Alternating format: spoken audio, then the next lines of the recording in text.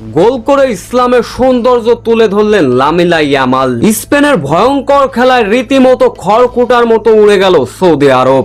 ওরাজাবেলের একের পর এক গোল, রীতিমতো গোল বন্যায় সৌদি আরবকে কাঁদিয়ে এ কেমন দাপটীয় খেলা দেখালো স্পেন।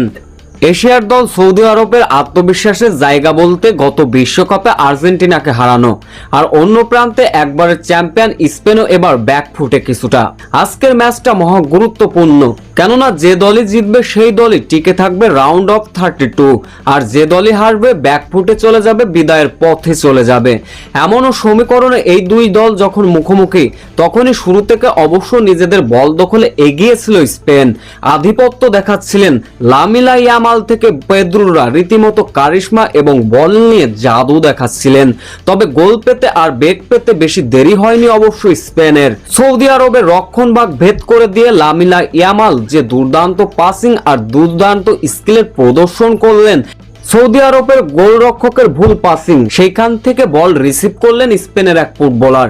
বাঁ সাইড থেকে আক্রমণ, দুর্দান্ত ক্রস, দুর্দান্ত অ্যাসিস্ট, সেইখান থেকে ডিবক্সের ভিতর থেকে চিতাবাঘের মতো ছো মেরে দৌড় মারলেন লামিলা ইয়ামাল। শুয়ে পড়ে পা বাঁধিয়ে অনবদ্য এক গোল করলেন। গোল করার পর ইসলামের সৌন্দর্য তিনি তুলে ধরলেন। উপরের দিকে তাকালেন, সৃষ্টিকর্তার কাছে প্রার্থনা করলেন।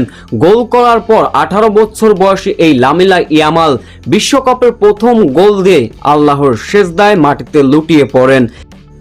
20তম মিনিটে আবারও আক্রমণে স্পেন, কর্নার কিক, দুর্দান্ত হেড করলেন সেইখান থেকে লামিলা ইয়ামাল। সেইখান থেকে অবশ্য অনবদ্য গোল করলেন ওরাজাবেল।